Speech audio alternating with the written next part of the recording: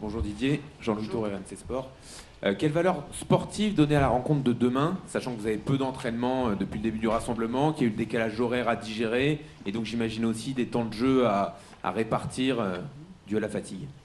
Il y a un objectif sportif puisqu'on a 2 matchs. Après, comme avant chaque compétition et à cette période en mars, il y a une partie marketing qui prend beaucoup de place. C'est le cas aussi cette année, mais bon, c'est logique aussi, on doit s'adapter. Après, on a 2 matchs, voilà. Qu'on ne soit pas dans les positions optimales, je pense que pour nos adversaires aussi, et qui nous amènent à avoir ce match-là demain. Mais on est là pour ça, pour ce match-là et le match de dimanche, oui. Et après, sur le fait d'avoir répartir le temps de jeu, bien évidemment. C'est le moment, et d'autant plus en ayant ces 2 matchs très rapprochés en 3 jours. Donc l'objectif, c'est de voir un maximum de joueurs sur le terrain. Bonjour Didier, Nicolas Georgerot, RTL. Qu'est-ce qui vous a toujours, je ne sais pas, surpris ou fasciné avec le Brésil? C'est une affiche qui reste évidemment totalement prestigieuse, mais qui était rare ces dernières années. Le dernier match monte à 2015. Ce sera le premier France-Brésil pour tout ce groupe, notamment, qui n'a pas vécu. Donc voilà, qu'est-ce que ça génère en vous? Évidemment que de jouer le Brésil, c'est toujours un moment particulier. C'est vrai que ça fait plus de 10 ans, puisque c'était quand on avait fait la tournée en Uruguay et Brésil, parce qu'aujourd'hui c'est beaucoup plus compliqué, déjà parce qu'ils sont dans l'hémisphère sud et qu'il y a très peu de périodes où on peut faire des matchs amicaux avec toutes les compétitions. Là on se retrouve, donc évidemment c'est une affiche, parce que ce soit le Brésil ou la France font partie des équipes qui parlent à beaucoup de monde de par les résultats qu'ils ont. Les 2 pays ont tenu, même si ils ont un peu plus de victoires que nous, notamment en Coupe du Monde. Mais oui, ça fait partie de l'histoire du football. Donc c'est un match amical, bien évidemment, mais c'est un match de prestige de par ce que représentent ces 2 équipes. Aujourd'hui, 2005, le Parisien, depuis qu'il a repris la compétition, Kylian a été remplaçant 2 fois Tout à fait. avec le Real. Vous estimez qu'il a combien de minutes dans les jambes? Est-ce qu'il peut débuter, rentrer? Il peut débuter, faire tout le match, non. Il peut rentrer.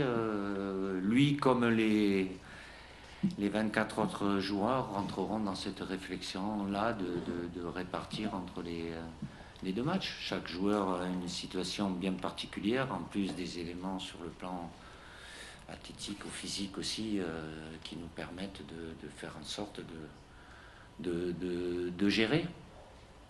Le fait d'avoir 6 changements, c'est bien aussi, mais évidemment, déjà que ce soit de notre côté, du côté du Brésil aussi, il y a quelques absents sur des blessures ou des problématiques de certains joueurs. Donc l'objectif, c'est à la fois de gagner les matchs, mais aussi de faire en sorte de ne pas prendre de risques sur les joueurs, parce qu'ils ont eu des matchs importants avant et ils auront des matchs très importants après, avec les quarts de finale, ceux qui sont qualifiés en quart de finale de Champions League.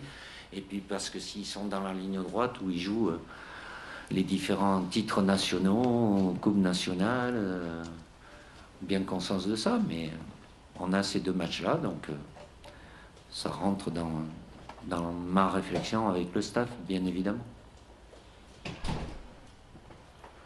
Bonjour Didier, Vincent Duluc à l'équipe. C'est déjà pas facile d'exister pour l'équipe de France et le foot international. Vous avez une semaine en 7 mois. Est-ce que du coup ça t'a un peu agacé que ton président se tienne un peu moins à son vœu de silence et que ça parasite un peu le début du rassemblement? Écoutez, après, j'ai pour habitude de ne pas commenter les déclarations du président. Voilà, après, je ne vais pas répondre par votre intermédiaire. Je passe suffisamment de temps avec lui et il est là avec nous depuis le départ de Paris. Après, voilà, moi, je m'occupe de ce qui est important pour moi, c'est-à-dire aujourd'hui, demain et par rapport à ce qui nous attend. Après, libre à vous de pouvoir interpréter, faire des sujets divers et variés. Je ne vais pas perdre d'énergie avec ça. Moi, il y a un seul objectif, et vous le savez. Maintenant, si vous avez des questions pour ce qui se passera après, ça ne me concerne pas. Donc.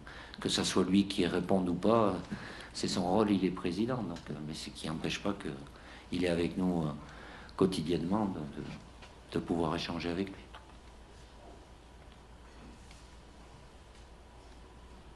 Bonsoir Didier. Devant vous, Ah, en haut, pardon. Xavier Bonferrand de Radio France. Vous Oui. avez parlé du contexte, Didier, du marketing. Évidemment, c'est une tournée Non, mais serrée ça- aussi en termes de match. Mmh. Non, mais c'était juste pour. Mais c'est vrai que c'est un contexte particulier. Mais quand même, affronter le Brésil, même si c'est un match amical, à 2 mois de la Coupe du Monde, est-ce que ça apporte une vraie adversité? Est-ce que sportivement, on peut s'appuyer sur un match contre le Brésil? Sur chaque match. Évidemment que d'avoir un match amical contre une autre nation moins prestigieuse, ça resterait un match aussi qui nous donne des informations et qui comptera.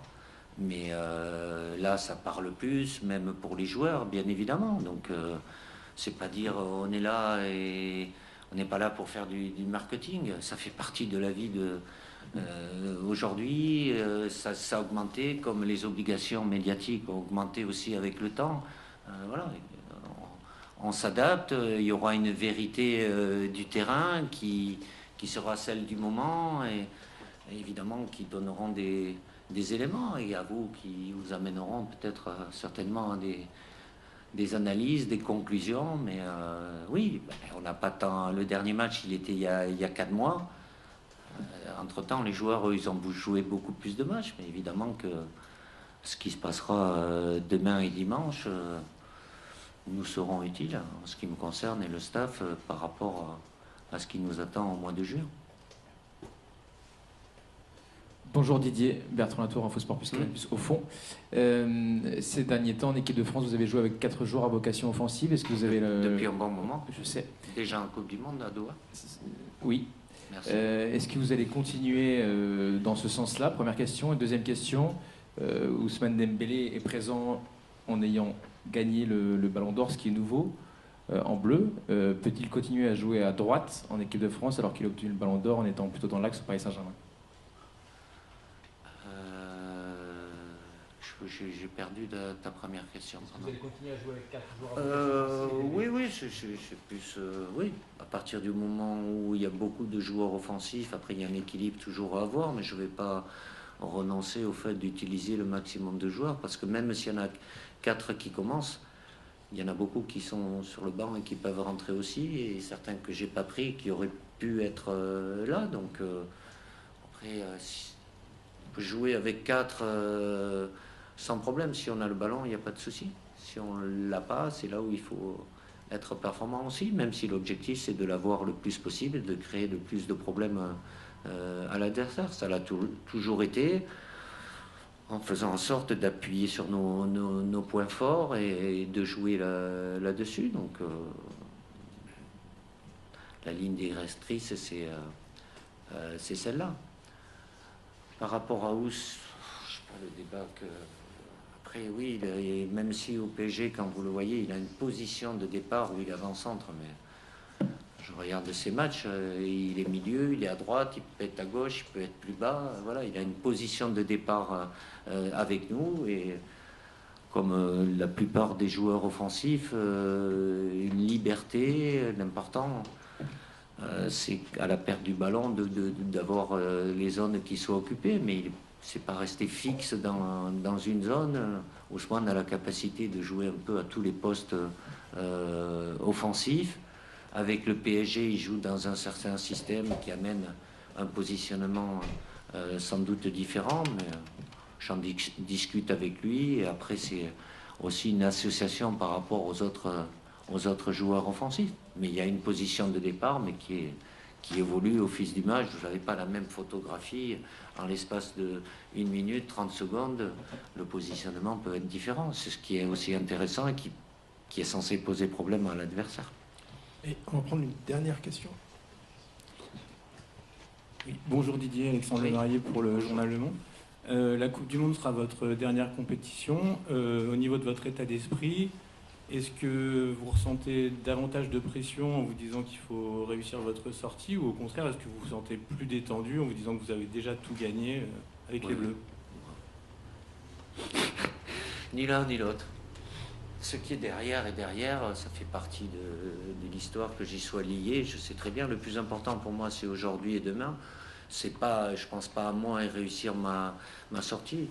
Comme avant chaque compétition, c'est de tout faire pour aller le plus loin possible. C'est l'ambition aussi des joueurs. Il y a des étapes à franchir de par la constitution de notre groupe, même si on a encore un inconnu pour notre deuxième match. Voilà, je sais très bien comment ça se passe, mais je n'ai pas de nostalgie. Je ne suis pas en train de me dire à chaque fois, même si c'est sans doute le cas, ah, c'est la dernière fois que je vous parle, c'est la dernière fois que je mange, que je... Voilà, c'est... même si ponctuellement je peux ressentir ça et avoir une certaine émotion, mais l'important c'est voilà, c'est cette Coupe du Monde et le fait de maintenir l'équipe de France au plus haut niveau. Ça va être, c'est toujours très difficile. Ça va pas aller de moins, le fait d'avoir encore plus d'équipes et de par le fait aussi du tirage au sort. Voilà, où on a un groupe qui est très difficile. Merci Didier. Merci. L'entraînement dans une demi-heure ou vers le premier quart d'heure au stade du New England Revolution. Donc c'est pas ici, c'est pas loin, mais c'est dans C'est une pas à demi-heure. côté. À tout de Merci. suite.